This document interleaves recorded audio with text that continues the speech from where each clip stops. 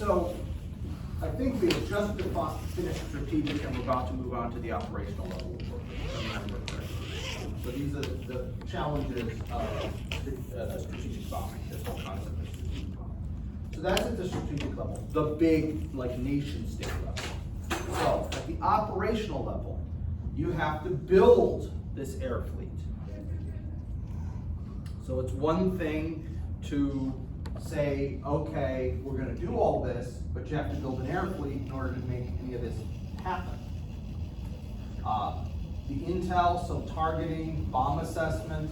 So again, this goes back to the defining victory and the finding the center of gravity. Okay, have we already gotten through these? And how do you know you're being successful? Which again goes back to finding center of gravity, defining victory.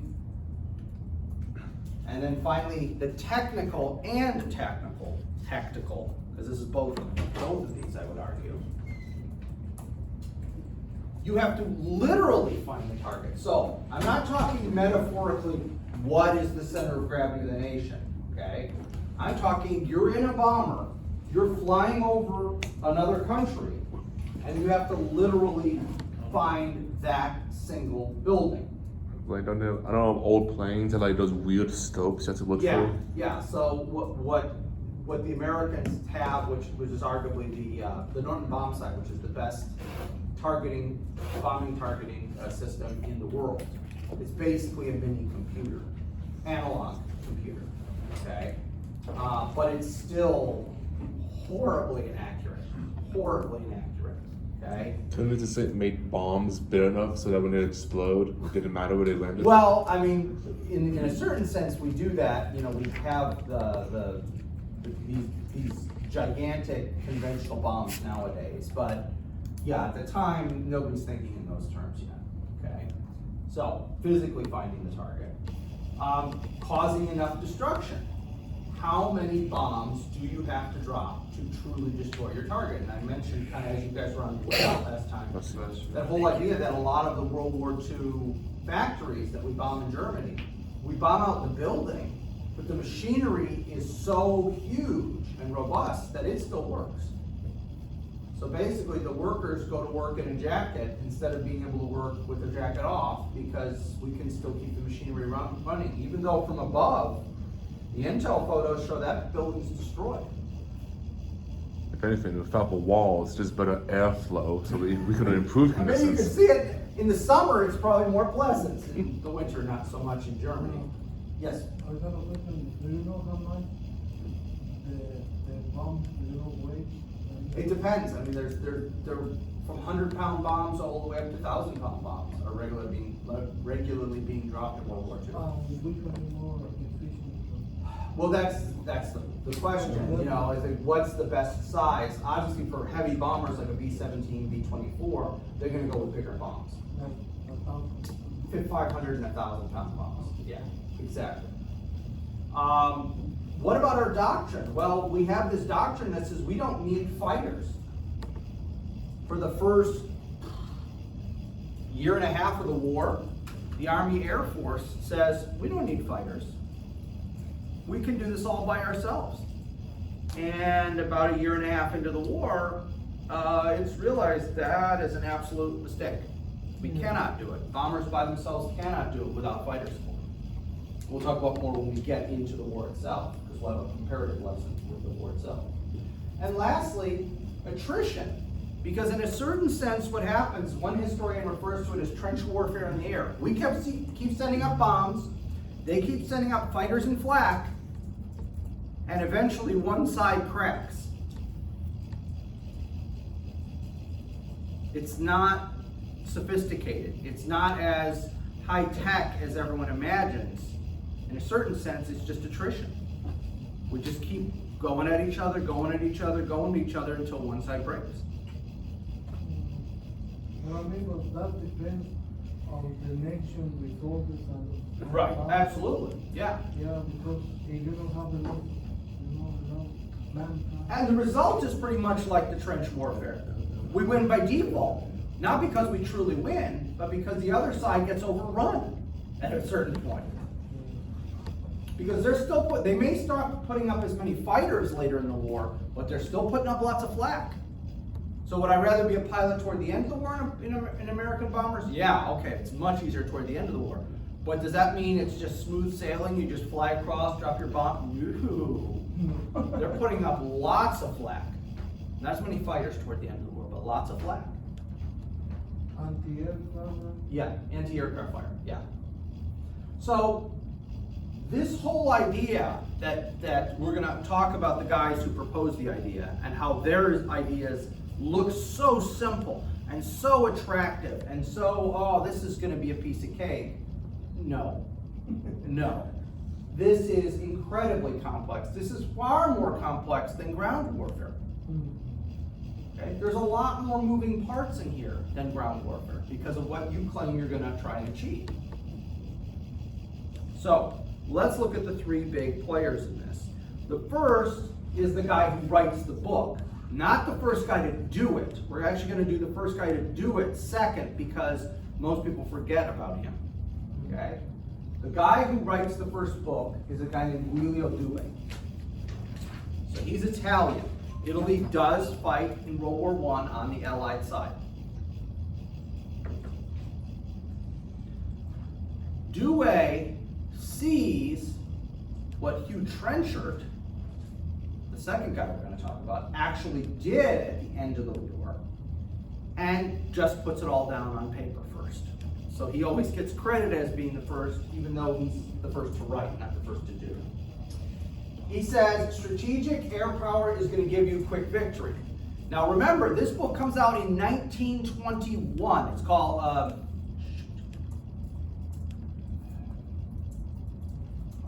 what's the name of the book? Command of the Air. Command of the Air is the name of the book he writes. Command of the Air. It comes out in 1921. We've just had the most horrific war in human history up to that point. We've lost millions of soldiers.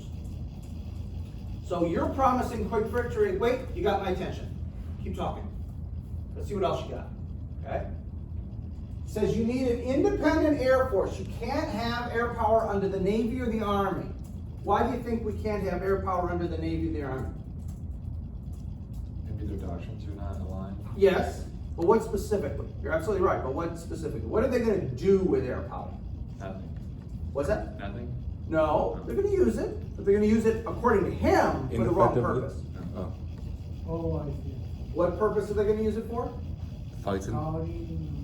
See, strategic purposes rather than just being attached to your Navy. Right, you're right.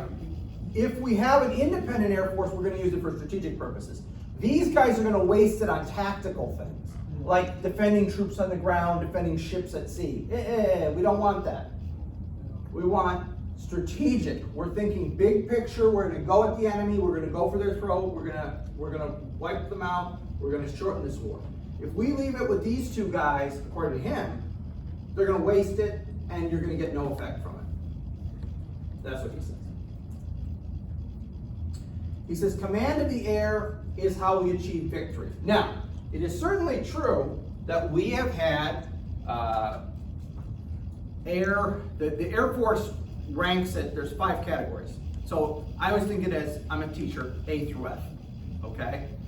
So A is air supremacy, meaning the enemy can't put up anything. Anything the enemy puts in the air, we shoot down. Then there's air superiority, which is like a B, air parity, and then you get the other side where the enemy can shoot you down. We have not had less than air superiority, the B grade, since Korea. From Korea to the present, we've never had less than a B, and in fact, after Korea, we've had an A in pretty much every other war. What's our track record? See, Korea's a tie. Yeah. Vietnam's a loss. The first Gulf War was a win, okay? Iraq was... I say it was a loss. It's either a loss or a tie. Yeah. I mean, at best. At best, it's a tie. I'll call it a tie, their government's still intact. It is. More or less. Barely, yeah. And Afghanistan's a loss. wow, having that air power really changed things. Isn't that amazing? Look at our great track record since we've had air supremacy or air superiority. We've had A's or B's every time. Okay? This is one of the problems of any service that tries to tell you they can do it all by themselves. They don't need anybody else. Not in modern warfare, except really specialized cases, like little tiny conflicts. Okay, maybe just the Navy or just the Air Force or just the Marine Corps or whatever could win some little tiny, like Grenada. Okay? Oh, yeah. Now, that was a joint thing. We had all the services there. But if you told me the Navy and Marine Corps could have won Grenada all by themselves, yeah, they probably could have. It was an island of like 50,000 people. Okay, sure, yes, the Navy and Marine Corps by themselves probably could have won it. They probably didn't. I would hope so. Yes, I would hope so. That would be embarrassing. Yeah, they probably didn't need the Army or the Air Force's help, right? Okay. So, but except for those tiny little circumstances, in modern warfare, you need all services. Okay? You need all the branches. So again, the idea that one You have a service Coast Guard? can win everything is nonsense. What? You have a Coast Guard? Even the Coasties. I have always had a soft spot in my heart for the Coasties because they, having grown up in the Midwest, right by Lake Michigan, there was always some moron who in December decided to take his boat out on Lake Michigan when it was half frozen. And his boat then gets damaged or runs out of fuel or something, and the Coast Guard has to rescue him because he's gonna die of hypothermia if he goes in the water. So I've always had a soft spot in my heart for the Coasties. They're out there rescuing some moron all the time from where I grew up. One of these days, America's under invaded, and the Coast Guard's gonna be real important. Anything's possible. He also, Dewey argues for the superiority of the offense over the defense. Now, that turns military theory on its head because the theory has always been, it's better to be on the defense. You could dig in, you can let them come to you and attack you, and then it's going to take 3 to 1. Remember, that's the old ratio, 3 attackers for every 1 defender. So he says, no, it's the opposite. Well, from his point of view, it's logical. I'm not saying it's logical overall. I'm just saying from his point of view. Because the only way you could use air power in a purely defensive role is to basically have fighters like patrolling your skies 24/7. So that the minute the bad guys show up, you can shoot them down. But that's kind of, again, using air power on the defensive is kind of tough. Yeah, kind of way. Yeah, it's a wasteful. Yeah, exactly, because you literally have to have planes up in the air, flying all the time. And they'd be burning gas, they'd be, So, I don't agree with that, but from his perspective, there's no other way. Now, here's one of the key things about what he says. He says, we're gonna bomb the enemy population and industrial centers. So we're gonna destroy their industry and we're gonna kill their population. It's gonna be a 1-2 punch. We'll destroy their ability to resist from an industrial standpoint. And at the exact same time, we're gonna kill as many enemy as possible. So we'll make it physically impossible for them to carry on and psychologically impossible for them to carry on, and they're gonna quit. That's his argument. I would say the lessons of World War II prove that wrong. False. And one last bullet, he said, you don't need fighters, you don't need transport aircraft, you don't need you don't need anything except bombers. We're going to destroy the enemy's fighters, we're going to destroy everything else on the ground. Because we're going to launch a surprise attack, they'll never even get into the air, boom, blow them up right on the airfield.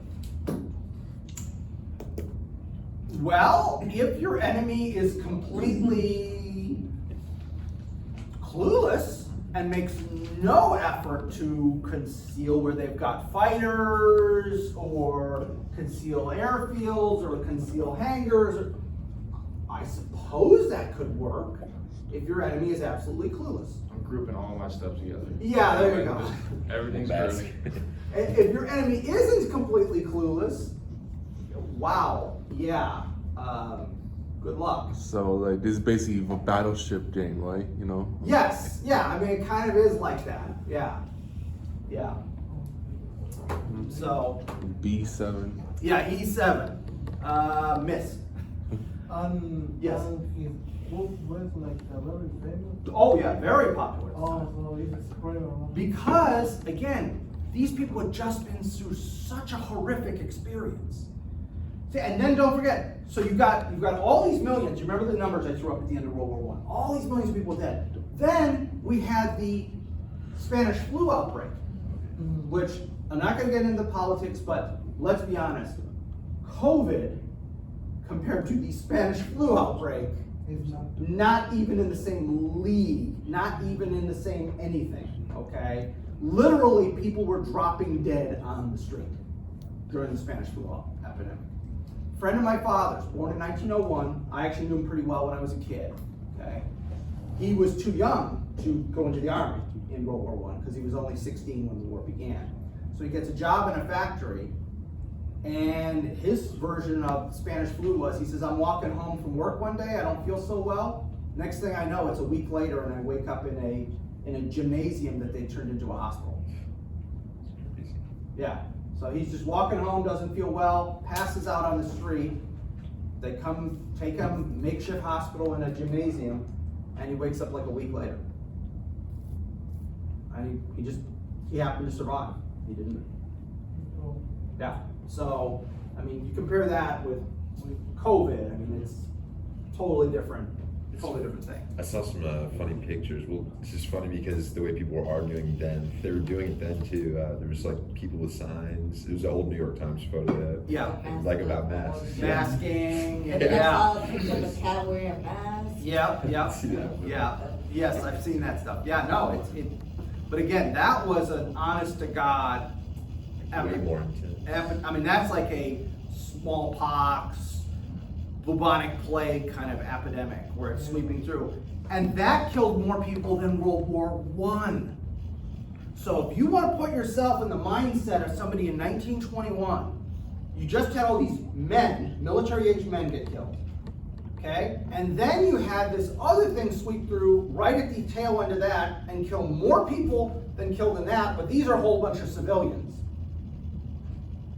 And that's why you get that lost generation and all those people just screwed up because, you know, percentages. I mean, you look at what percentages of some of those, like France and so forth, what percentage of their society just got wiped out? I mean, just wiped out in the matter of from 1914 to 1919. Millions are just gone. And we suffer way more. We, the United States, we only lose 125,000 or something like that in combat. I might be off on that number. I'm just pulling that off the top of my head. I might be off. Someone can tell me if I'm wrong. I can Google it. I want to say it's 125,000 in combat. But then we lose like over 1 million to the Spanish flu. And then everyone goes broke 3 years later. And then 9 years later, the entire world goes bankrupt. And then we're gonna have another world war that's gonna kill like 10 times as many people as died in the first one. It's so when people say this is a crazy town to be alive. I'm like, it is. It is. And then it could But- feel like the end of the world, but if you live But, there, yeah, that would well, the probably feel number of people I've talked to who think it's the end times, and I'm like, let me give you a little perspective. where the bubonic plague, like Yeah, that let was. me give you a little perspective. It might be. History? I might be wrong. I might be wrong. It might be the end times. I don't know. But let me give you a little perspective, okay? Politically, I think it's more complicated than it was then. For sure. But kind of in other cases, it's a lot easier. It's a lot easier. Okay. And that's it. You guys are all taking history classes. I think the majority of you are history majors. Please have that perspective, and please try and calm people down when they do that. Oh my gosh! Okay, let me tell you about 1914 to 1945. What happened in this period of time? Okay, so that's his theory. Now I'm going to give you some quotes, and they are not pleasant. I'm going to give you 5 quotes from Giulio Duda. Again, not expecting you to memorize the quotes, just trying to get in this guy's mindset. What is this guy thinking? All right. Change or adaptation? Do it.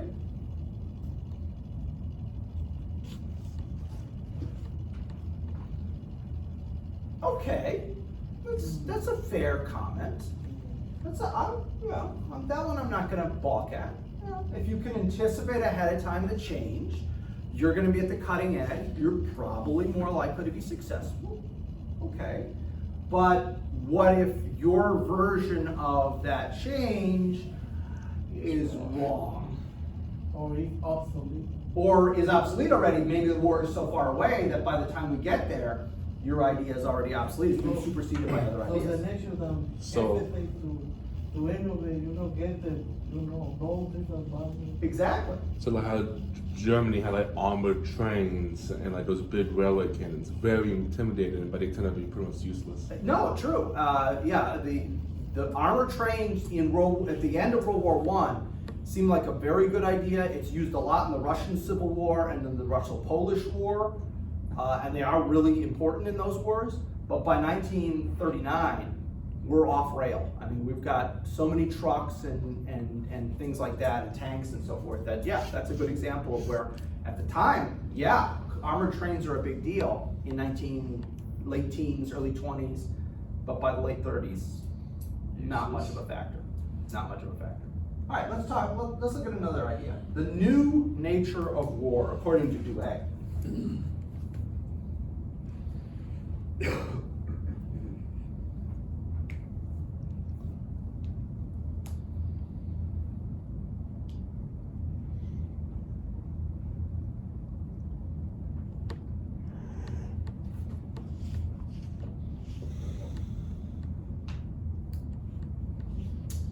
Okay. It's a little intense. It is a little intense, but I want you to think back all the way to the French Revolution. What does this sound like, thinking back about the French Revolution? What big long quote did I put up? Do you remember this? Anybody remember this? Do you know it? It's all the general. Yes, levez en masse. Yeah. Remember? The old men will sit in the square and exhort hatred of the monarchy. The women will make clothes. The young men will serve in the army. The kind of middle-aged men, I don't remember how they phrased it, will make arms. This is take the levez en masse to its fullest extent. And he says, why aren't these people targets? The guys in the trenches can't keep fighting if the women don't make shells in the factory, if the farmer doesn't grow wheat in the fields. And he's making the argument. Now, I'm not going to embrace that argument, but he makes the argument, why are they not targets? Why is the guy carrying the rifle a target? And that's legitimate. We're all okay with that. But the woman making shells is not a target. If she stops making shells, the guy with the rifle can't fight. Maybe like moral either. Yeah, I mean, he's raising, now he takes it, in my opinion, too far, but he's raising an important moral question. I think that is a legitimate question. But saying, no, I've already made up my mind, she is a target, I'm killing her. Okay. I mean, what's really killing you, a gun or a guy holding a gun? Yeah, he's making an interesting moral argument. We're not a philosophy class, however. So the guys in the philosophy department, you can ask them that question, and you guys can debate it there. But here, he's saying, I'm gonna do it. They're a target. The farmer's a target, the scientist doing the experiment's a target, the woman loading shells, they're targets. So basically, he's saying a phrase that women and children first, way wrong. In a different way, yes. He's also arguing that if we attack them, the war will be shorter, because we're going to take the horror of the trenches, bring it back home, and the people will recoil against it and say, that's it, we're out. So rather than just let those men suffer in the trenches for years, we're going to bring that horror home.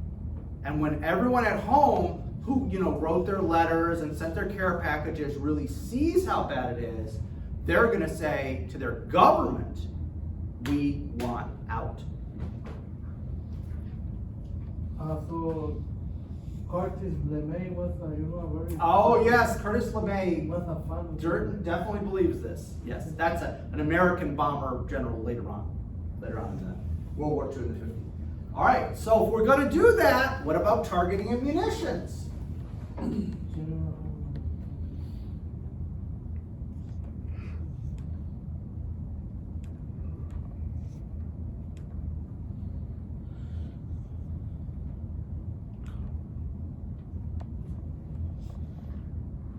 We're gonna drop poison gas on cities. Oh. Yeah, he's thinking the dude. We're gonna drop poison gas on cities. We're gonna change people's minds real quick. He's taking the gloves off. He really has. Absolutely, that's what he's arguing for. I read a story that very similar, who the main villain had a similar philosophy to this guy. But basically his nation was a victim of a proxy war. So he became an extremist and wanted to bring war to major cities. And once everyone knew how horrible it was, there will be peace. Right, right, and that's been a theme used in several movies. If you remember, I think Toy Story. Toy. I'm kidding. You were messing. I'm thinking, is there another movie called The Toy Story that's not? No, that's Okay. Small Soldiers. Yeah. That's a great film. Not Clint Eastwood. George Clooney and Nicole Kidman. Peacemaker. Peacemaker. Yes, that is one of the themes. The bad guy is a Bosnian who creates a dirty bomb and is going to blow it up at the UN to kind of show the world exactly what you're talking about, Henry. So and it's actually not a bad movie. It's actually as a kind of a suspense movie. Yeah, I mean, you know, nothing bad's going to happen in the end, but as a suspense movie, it was actually pretty good. Sounds like a Tom Clancy film as well. It has a little bit of a Clancy kind of feel to it, yeah. But yeah, Nicole Kidman and George Clooney. Late 90s, I think it was. So anyway, so yeah, the gloves are off. We're gonna use everything we can, including poison gas in the cities.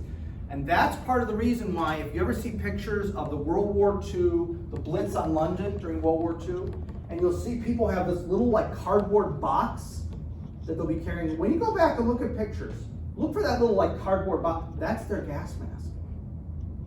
Because until like midway through World War II, the Brits are convinced that any time now when this Luftwaffe raid comes on London, they're gonna be dropping poison gas. And for the first couple years of the Blitz, people are still carrying around gas masks because they expect it to come.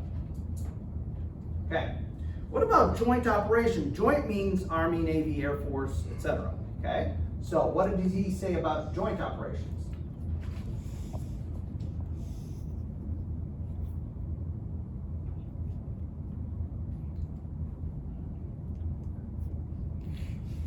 Well, you kind of saw that coming. We don't need an army.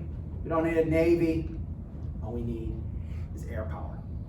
Air power above all. But aren't we going to just be able to shoot them down? I mean, come on. They're up in the sky. We'll shoot them down, right? Well, here's what he had to say about anti-aircraft artillery.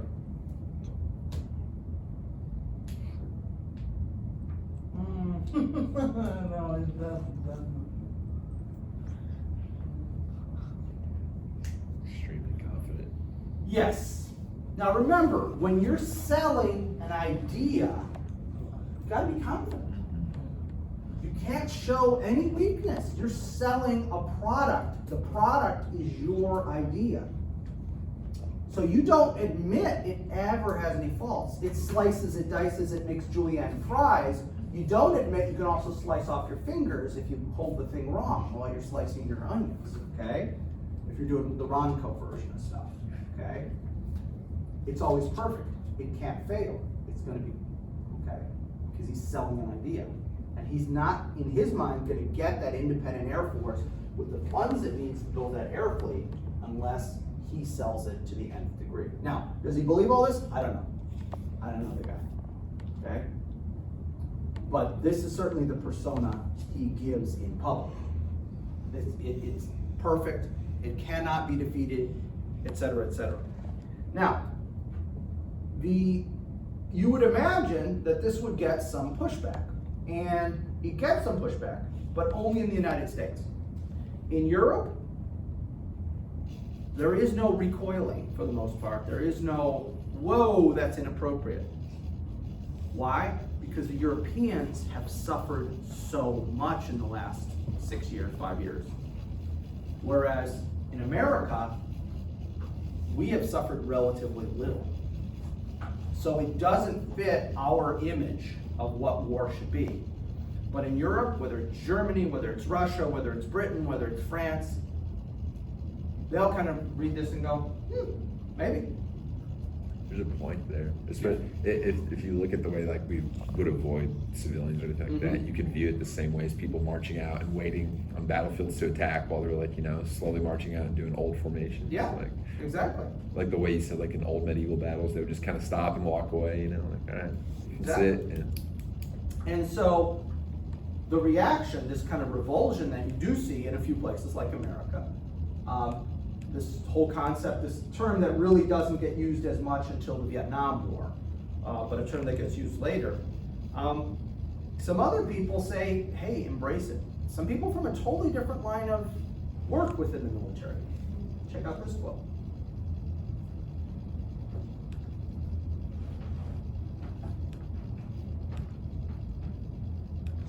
He's a U-boat commander.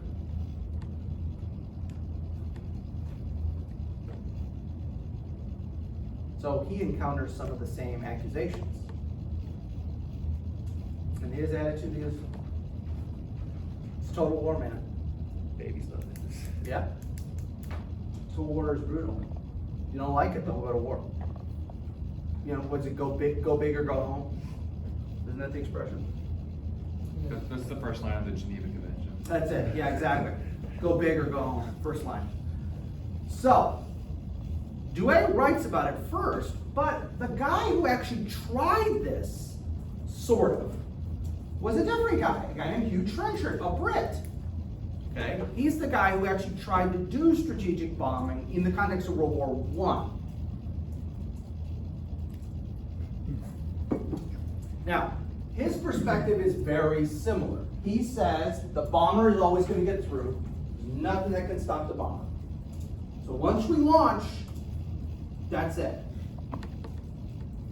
They're going to get through. At least some of them. At least some of them are going to get through. And so you, on the other end, of the receiving end, are going to be devastated. Okay, bomber's always going to get through. He is very specific. He says, your objective, terrorize the populace. Terrorize civilians. Make them realize how horrible it has been for these men in the trenches.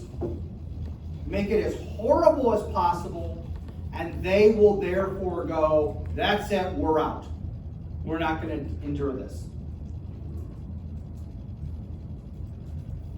Was there a lot of protests? It's in not- Britain during World War II. During World War II, Like the bombings. the people obviously hate the bombings, and the Germans get, the Brits hate the Germans long before the Holocaust comes out, for instance. But the Brits also realize they're doing it back at the Germans. It's not terrorism, it's enhanced intimidation tactics. People, the veneer of civilization is very thin. Hurricane Katrina, I think, was that the one that devastated New Orleans? Was it Yeah. Katrina? Yeah. There's been so much. Yeah, I mean, poor New Orleans, yeah, it's been hit so many. But I think it was Katrina, that was the one specifically.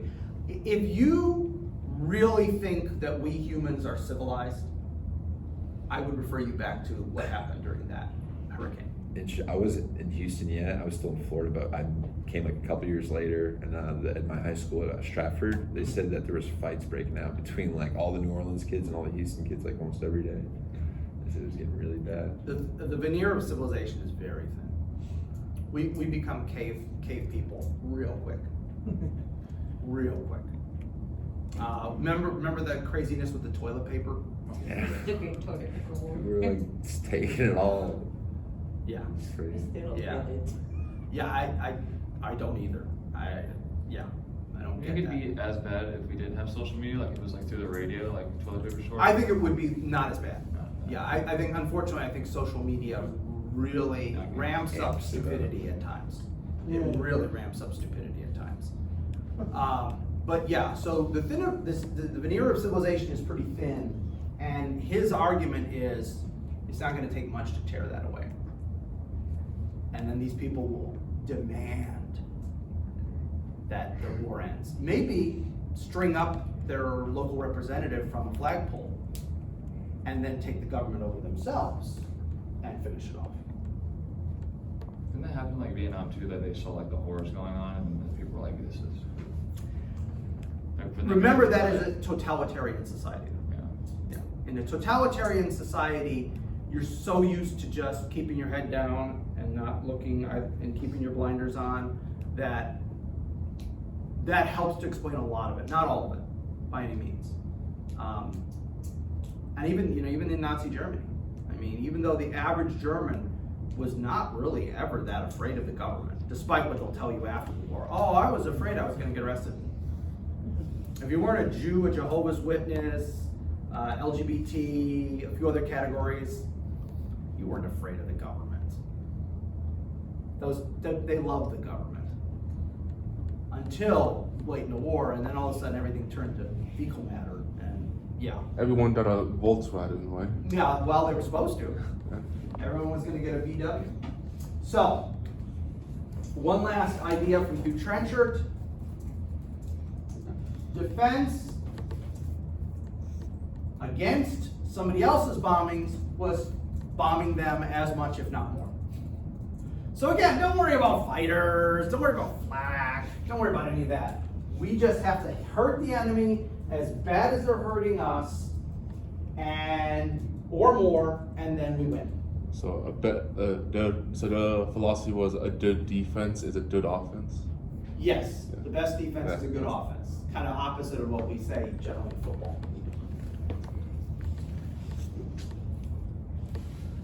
Now, it's important to keep in mind that Trenchard's attempts to make this happen were pretty limited because of what a bomber looked like and what it could do at the time. And did anybody, after we talked about those horrible, ugly World War I bombers, anybody Google the images? No, yeah. You did? Did anybody else Google the images? Please do that at some point. Google World War I bomber. And again, you will see an aircraft that should not be capable of flight. It looks like somebody made it out of Legos and popsicle sticks. Two Lego sets together. Exactly. It just should not work. But it did. So Trenchard's efforts, again, were limited by what his technology allowed him to do. But he thinks, hey, this is going to get better in the next couple decades, and I'm going to be able to pull it off next time. All right. Now, I want to show you a quote. This is from Trenchard. This is the plan for, remember there was going to be that plan 1919? We were going to have that offensive to finally finish off Germany, but then they surprised us and quit in November 1918. And we were planning, remember the tanks, JFC Fuller's plan, we're going to make, 20 miles a day and all this kind of stuff. Well, there was an air plan to go with the ground plan for Plan 1919. And this is an excerpt from that plan written by Hugh Trenchard. It was written in September 1918, so just 2 months before the war actually ended. This is what he envisions.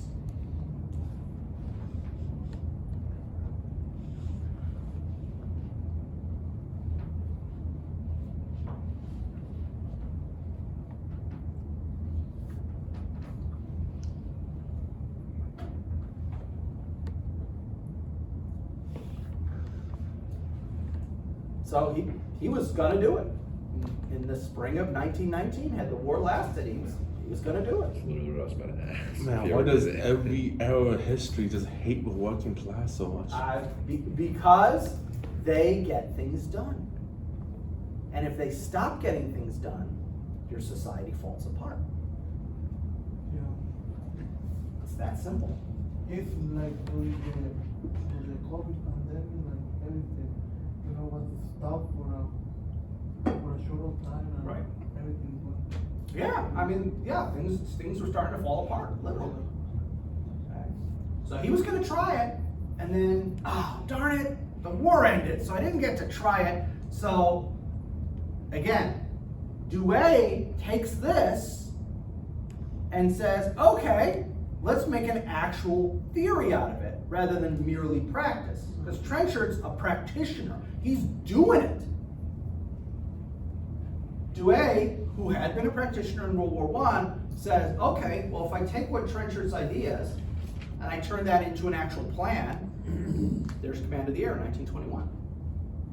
So maybe the next time I teach this, should I do Trenchard first and then Douay? What do you think? Yeah. Does it work better this way, or would it work better talking about Trenchard first and then Douay? I thought it was kind of interesting this way because then you're seeing like the punch line. This guy was ready to Okay. pull the I don't trigger know, I have on to it. think about that, which works better. Do it in chronological order. You like okay, you're a historian, I'm a historian, chronology works, I understand that. How much does this become ingrained in the British society after Trenchard and after World War I? This is the Prime Minister of Great Britain. Which one? The one who gave- Stanley Baldwin. No, not the guy who gives away Czechoslovakia. Stanley Baldwin. Is he related to Alec Baldwin? No, not to my knowledge.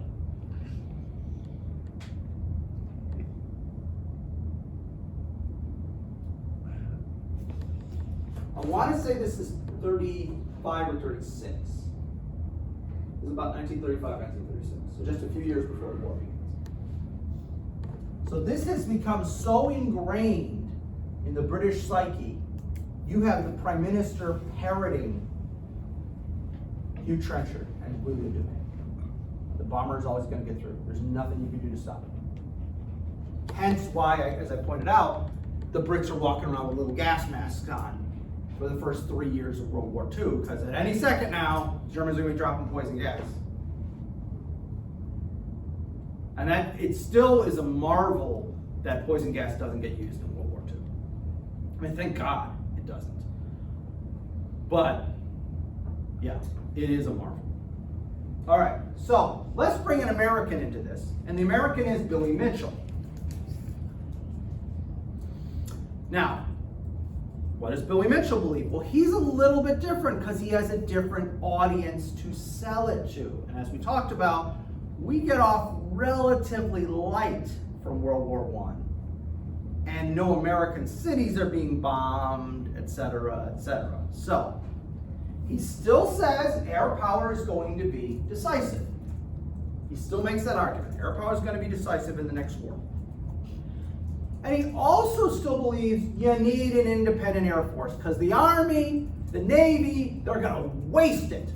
They're going to just waste that potential focusing on ground targets and sea targets. They don't get it. Okay, so you need an independent Air Force. Now, he talks about bombing vital centers. But when he talks about bombing vital centers, he always stresses the things, not the people. People, in essence, in Billy Mitchell's vision, are not a factor. We're not killing people. Why? Because that would not have been acceptable to the American civilian populace. To the German, Russian, French, British, Italian populace who'd all suffered intensely during World War I, fine, gloves off. The American populace, whoa, that's not how we do things. We wear the white hat, we ride the white horse, we're the good guys. Or John Good guys Wayne. don't do that. Okay? Yeah, we're a John Wayne Yes, scenario. yes, we're the good guys. We're the good guys. That's the belief. For the race. And again, this is Cowboy. a society's belief about themselves. Not necessarily truth, but a society's belief about itself. And nobody wants to think of themselves as the bad guys, let's be honest. Right? I mean, when you read the Nazi stuff, they're still trying to portray themselves as the good guys. Okay? Despite all the horrific things they're doing, they're still trying to think of themselves. Very rarely do people totally embrace the, yeah, I'm evil, get over it, screw you. Okay? It's pretty rare. All right. I mean, in an ironic sense. Yes, That well, I'm evil maybe. because society has Maybe in deemed- an ironic sense, yes. Totally my opinion. Now, he has no problem with other kinds of aircraft. Air-to-air battles, yeah, that's going to happen. He says you're going to need transport aircraft. You're going to need fighters. You're going to need, now bombers are the most important, but you're going to need every type of aircraft. If there's a mission that we can have an aircraft for, let's build that aircraft. Reconnaissance, intelligence gathering, weather aircraft, transport aircraft, fighter, whatever we could do, let's build a plane for that. Let's build some kind of aircraft for that mission. Because we want to show all the time how useful air power is.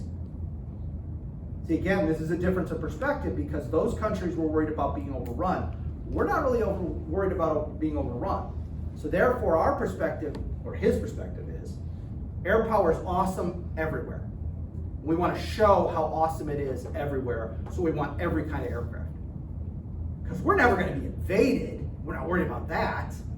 So let's just show how useful aircraft are in every single situation that we could use it for. So very different on that account.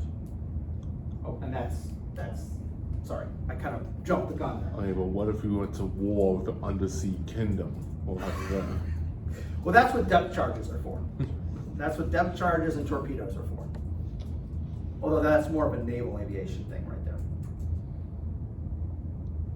And of course, he wants all air power centralized around him. He's going to be the Grand Poobah. Grand Poobah? Grand Poobah, that's a reference to the Flintstones. If you've never seen the Flintstones cartoon, the original cartoon. Is that like the secret society that they? Yeah, it's supposed to be like the Masons, basically. It's the Royal Order of Water Buffaloes. And the head of the Royal Order of Water Buffaloes is the Grand Poobah. And so Grand Poobah just kind of worked its way into common speech where people use that term. It's my dog's nickname. Is it? Grand Poobah. Okay, there you go. I never heard that term. I only see the Flintstones. You're much more Mentioned it in culturally SpongeBob old. too. You're much more culturally old than a lot of other people, I would say, if you're naming your dog that. Or do they use it in SpongeBob too? Well, they reference it in SpongeBob. Okay. And that's where we call it Scooter. That's probably where we got it from. Okay. All right. So I'm going to show you just one quote from Billy Mitchell for now. I'll show you another one later. But how strategic is his vision? Here's Billy Mitchell.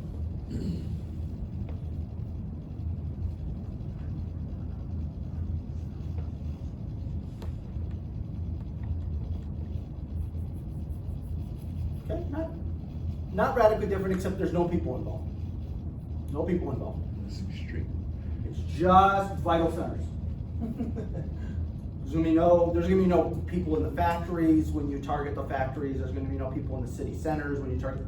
They're not there. We'll just give them a heads up. To get Yeah. it. I mean, that's what they did in Hiroshima. Yeah, it still didn't work. I mean, in the sense of They didn't believe him. Yeah, nobody believed them. Yeah.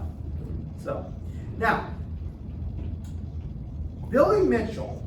So it's the early interwar period, the early 20s, and Billy Mitchell wants to get his independent Air Force, and he doesn't just want to get his independent Air Force. He wants money for his independent Air Force. So he's scheming constantly how to get the funds. He finds out about a project that the Navy and the Army are going to do. They're taking old surplus battleships or captured battleships from World War I, and they're going to sink them to see how new weaponry has played out. They're going to try torpedoes, they're going to try naval mines, they're going to try gunfire from ships, they're going to try all these different ways to sink these old battleships and come up with what's the best way for the future, all right? That's the idea. Billy Mitchell hears about this and he goes, oh yeah, this is my chance to show everybody what air power can do. And so he calls a press conference. And by the way, the media loved Billy Mitchell. Loved Billy Mitchell. If he had Twitter, he would have been worse than Trump with Twitter. If Twitter existed for Billy Mitchell, he'd be putting out a tweet every 15 minutes or less. This guy loved media attention, and the media loved him because he was a good story. Called the press conference, boom, reporters show up because, Mitchell's going to have something good for us. And he says, I hear the Army and the Navy are going to do this.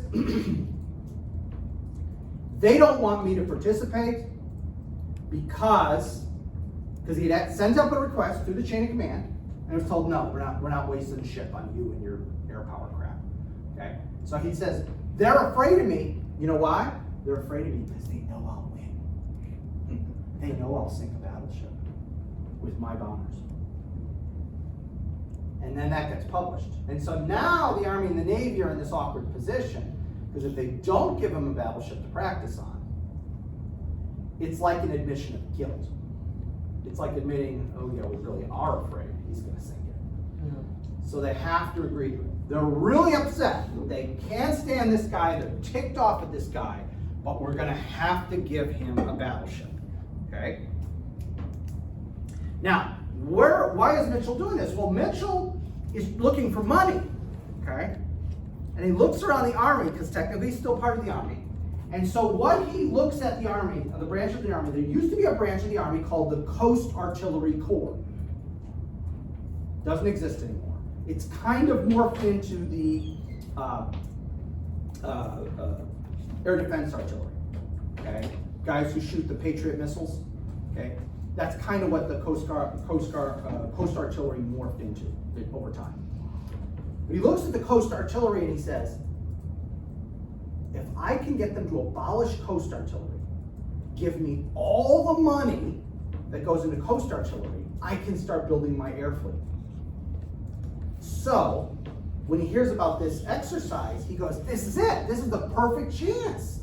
I can go ahead, sink these ships way out at sea, and make an argument, see, abolish Coast Artillery, give me all their money, and I can do their job for you, but I can do it even better. Because they can only fire a few miles out to sea, their guns. I could fly 100 miles out to sea. I could sink the enemy fleet in international waters. They don't even have to get into our, coastal zone. Okay, that's the idea. And here's the other thing. He claims he can sink this ship under war conditions. Now, wait a minute. How are we going to do that? We're not putting a crew on that ship and having you drop bombs on American sailors. We can't do that. So they come up with this formula. So whatever the normal height is, however X thousands of feet, whatever the normal height you bomb at, and whatever the normal weight of the bombs were, they say, you know what we're going to do to make it war conditions? We're going to have you fly twice as high and use bombs that weigh half as much. And then we'll call that simulating war conditions. So it's going to be twice as hard to hit. The higher you go, the harder it is to hit the target. And the bombs are so much smaller that even if you hit the target, the damage will be less. So that's how we'll balance it out. So double the height, half the bomb weight. And that'll be war conditions. So that's the idea. And so the test happens on the 20th of July, 1921. And the ship involved here is the former German battleship, the Ostfriesland. So she's anchored out at sea. All her watertight doors are closed, but nobody on board. She's completely empty. She's stationary. She's not moving.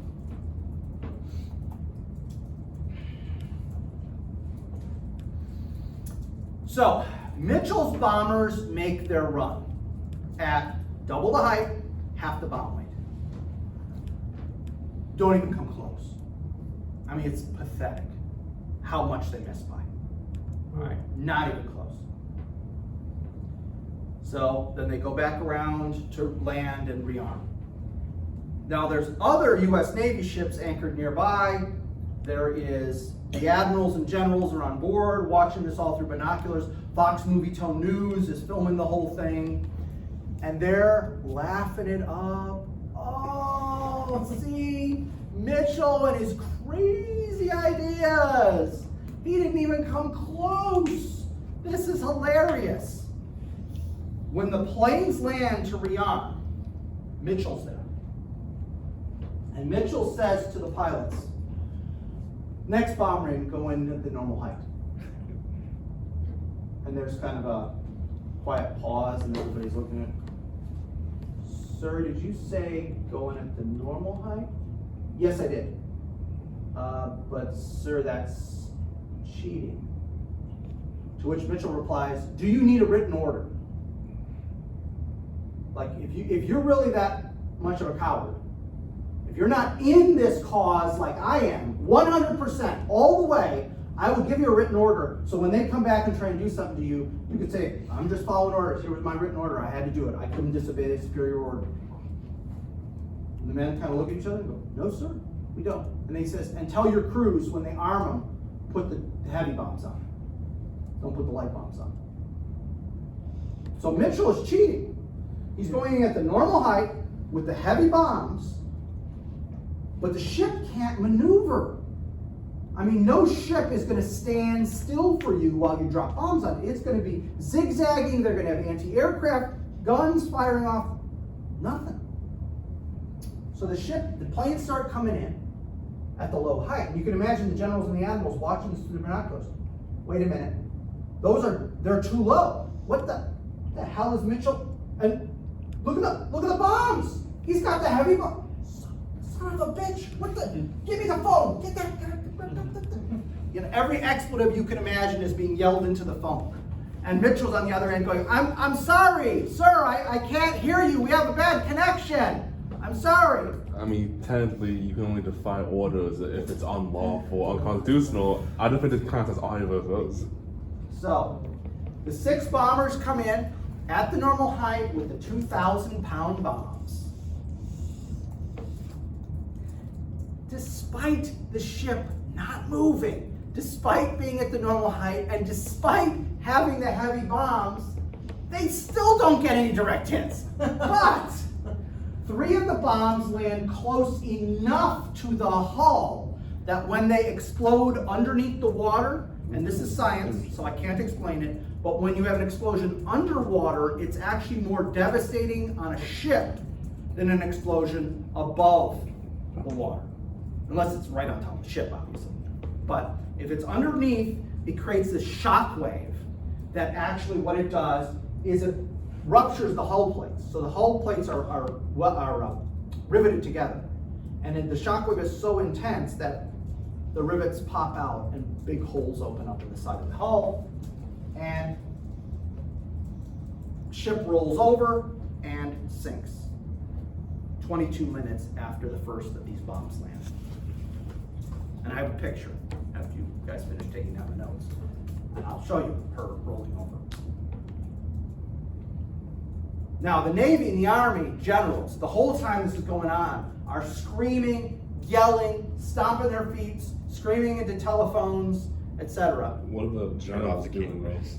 What's that? With journalists, they're very like. Oh, the journalists are capturing every single image. Loving it. They're loving it because all they care about is selling papers. This is going to make such a good story. This story writes itself. You don't even have to embellish. Just tell it as it is. People are going to love this. So there's the bomb going off. Again, it doesn't hit it. It's just to the side. And there she is rolling over.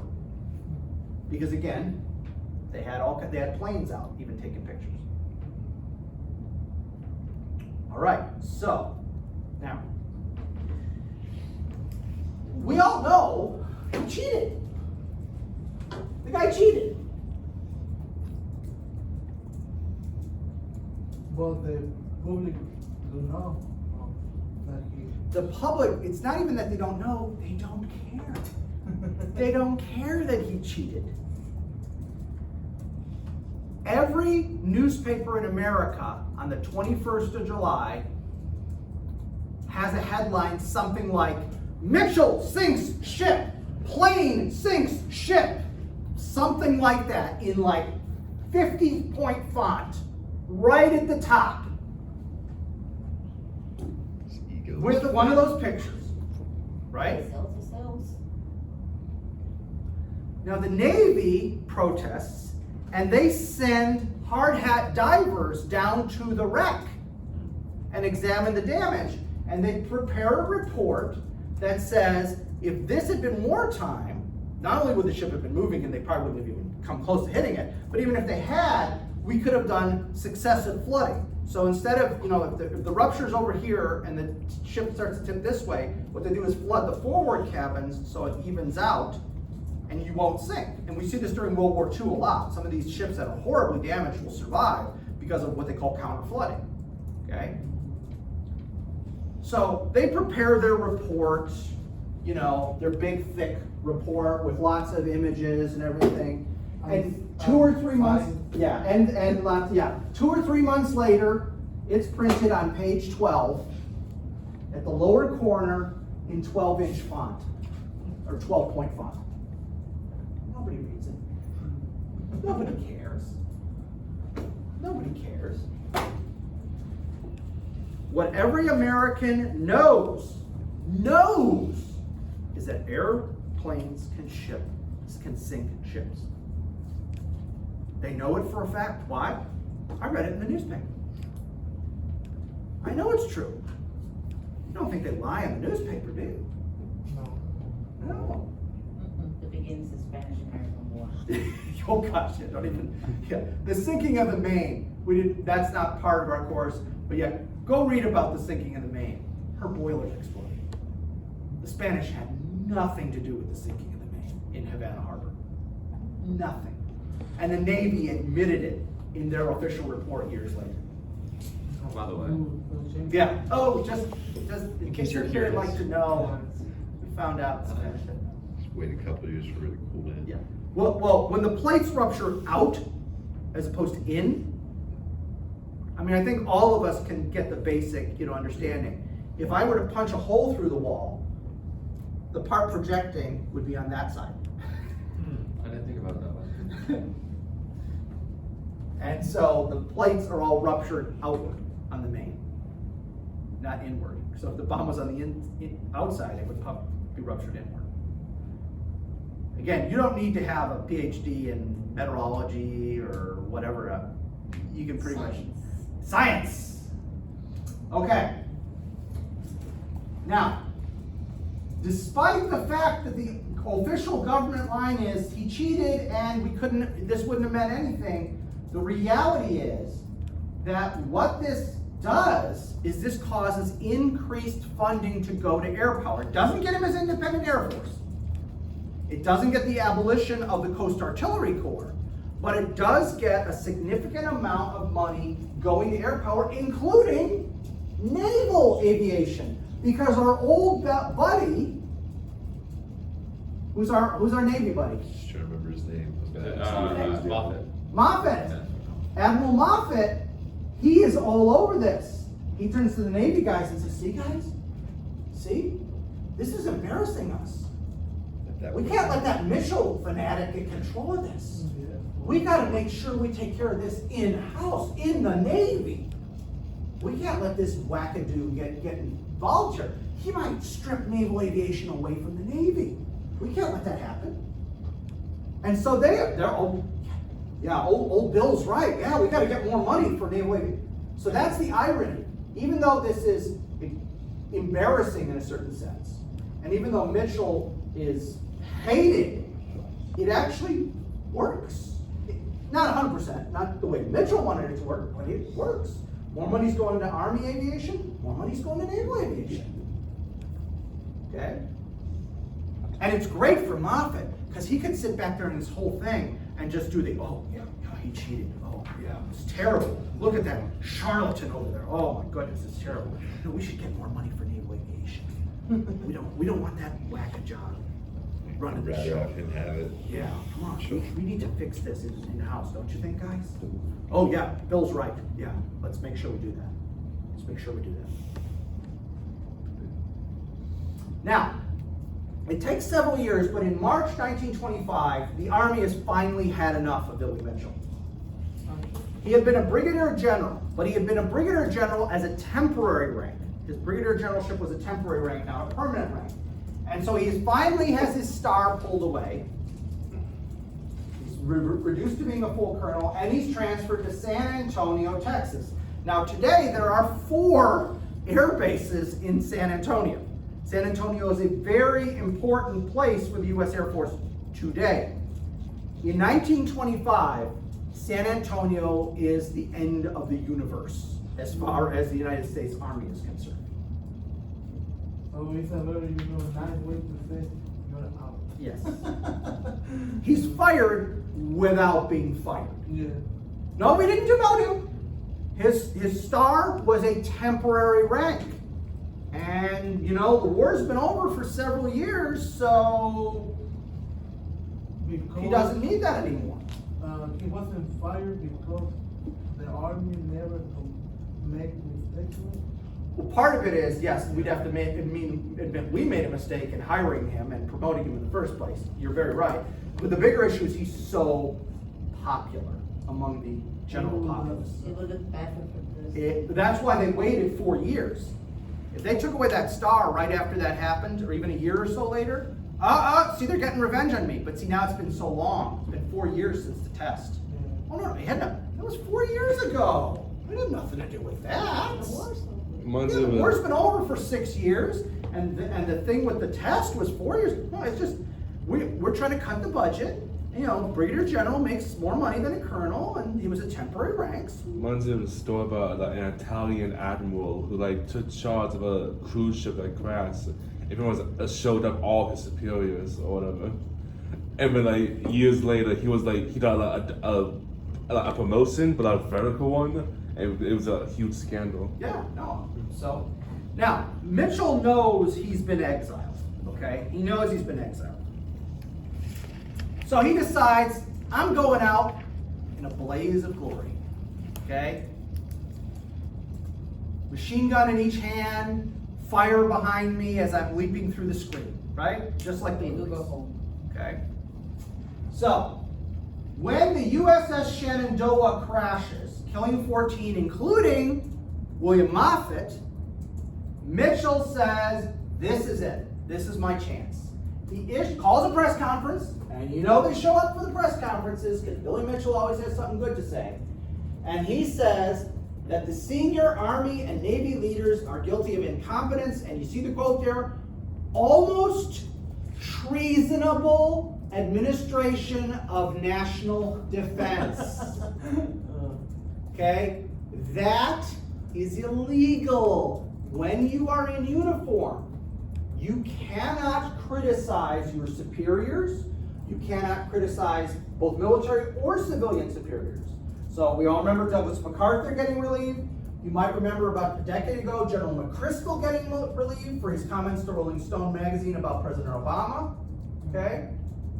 You can't do that kind of stuff. He knew it.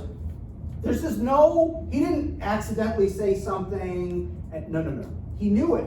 He wanted a court-martial because he was going to use the court-martial as a stage.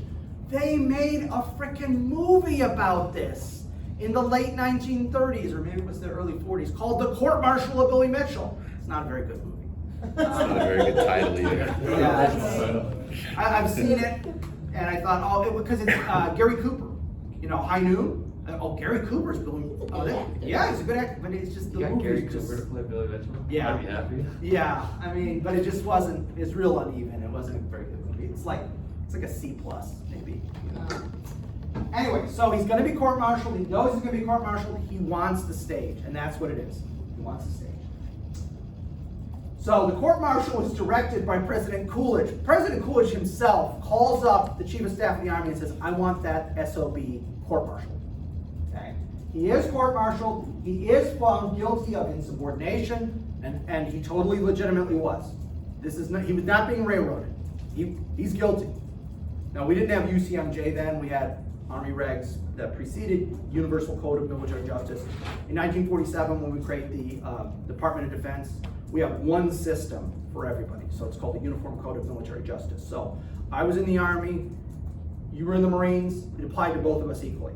Now there are little weird tweaks, like the Navy has things they do that the Army doesn't do. Like when you're on ship, you can be put on bread and water to this day.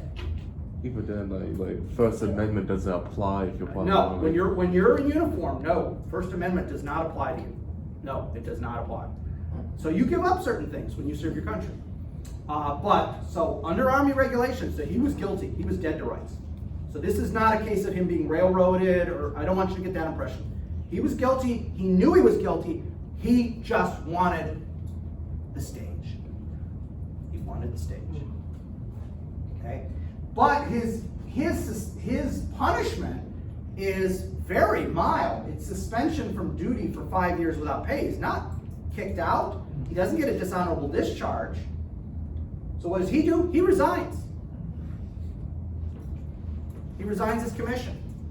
Now, why is he able to do that? Well, here's the thing I didn't tell you about Billy Mitchell. Billy Mitchell's dad had been, I think he's deceased by this point, a United States Senator. He's rich. Yeah, Billy Mitchell was playing soldier for the last 20-something years because it was cool. He wasn't playing soldier because he needed the paycheck. It's really good of a family CV. Yes, it does. To have your son be a general and you're a senator, that looks pretty good. Okay? So, Billy Mitchell is out of the Army. He has not gone from the public stage. After leaving the Army, Billy Mitchell writes an article in the Annals of the American Academy, which I don't know if that's still published. And this is his quote from the article he publishes.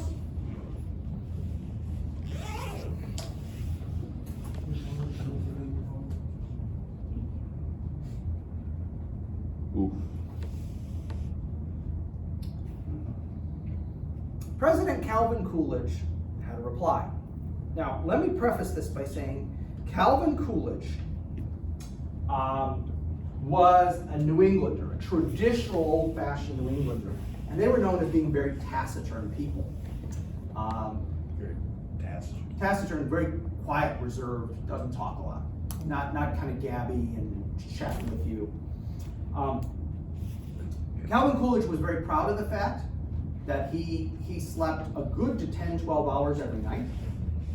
And he usually took a 2-hour nap in the afternoon. Okay? This is not an excitable man. This is a very calm man. There's a joke, and it's probably not true. It's a story, and it's probably apocryphal. It's probably one of these stories that's made up, but there's a lot of truth in it. Supposedly, he's at a party at the White House, and some woman walks up to him and said, "Mr. President, I just bet my girlfriend over there that I could make you say more than 2 words." And he looked at her and he said, "You lose," and walked away. Probably didn't really happen, but it's okay. It's a good story. It sums up to his character. It sums up him. This is what President Calvin Coolidge had to say about Billy Mitchell. Yes. Was more than 2 words. Yes. Understand, the president saying this publicly would be like a president today using MF or the S word or the F word on a hot mic, knowing the mic was hot. Not the, we've had several presidents talking to an aide, going, what the blah, blah, blah is this, But like, you're on the mic, here's the mic. I think he's a MF, blah, blah, blah, blah, okay? That's the equivalent. In 1925, 26, when this is said, that's the equivalent. He just opened up on a hot mic. So, I think it shows how Billy Mitchell, the effect he had on people. Now, we're almost out of time, but I do want to mention a couple more things before we run out of time. During the Spanish Civil War, the idea, this is the famous Pablo Picasso painting of Guernica, the attack on Guernica. That's the painting. I'm not a fan of Picasso, but it's the famous painting, so I thought I'd throw it up. This is what Guernica actually looked like after the bombing. One of the first intentional terror bombings of a city and a civilian populace happened in Guernica during the Spanish Civil War in the late 1930s. This will be about 1937, I think, if I remember correctly. And we have this kind of devastation that these guys were prophesying, that Douay and Trenchard and Mitchell, and by the way, if I remember correctly, both Douay and Mitchell are already dead by the time we get to World War II. Trenchard is the only one of the 3 who's still alive during World War II. Okay? We have this terror bombing, we try it. And the Germans are the ones who do the terror bombing, because they're supporting Franco during the fascist side during the Spanish Civil War. And these are the big 3 lessons they take away from this experience. Strategic bombing is a lot harder than we originally thought. On all of those long list of things we had, what's the vital center? How do you find it? How do you hit it? How do you do enough destruction? It's way harder than we thought. Why is it way harder? Well, one of the reasons it's way harder is accuracy is incredibly difficult. You're dropping a bomb from line. Yeah, when you're dropping a bomb from 30, 40,000 feet, and it's a dumb bomb and it only has gravity behind it, that's really, really hard. The other lesson that comes out of this is close air support, i.e. aircraft assisting guys on the ground. That's gonna be really important. Now the US Army Air Corps had kept that door open. They didn't lock that door. But the people who followed Duhay and Trenchard, to some degree, had shut that door, locked it, and thrown away the key. Bombing, bombing, bombing, bombing, nothing else. And so World War II, it will turn out, this is kind of a presage here in the late 30s. Hey, you might want to pay attention to this. But what do you think the average air power advocate's reaction to the Spanish Civil War is? Me? Yeah, come on. A bunch of Spaniards. What do they know what they're doing? Come on. Even though it's the Germans who are doing the bombing. No, it's not. It's an aberration. It's not. That's not it. Don't pay attention to that. Don't pay attention. We'll finish this lesson on Wednesday and move on to World War II.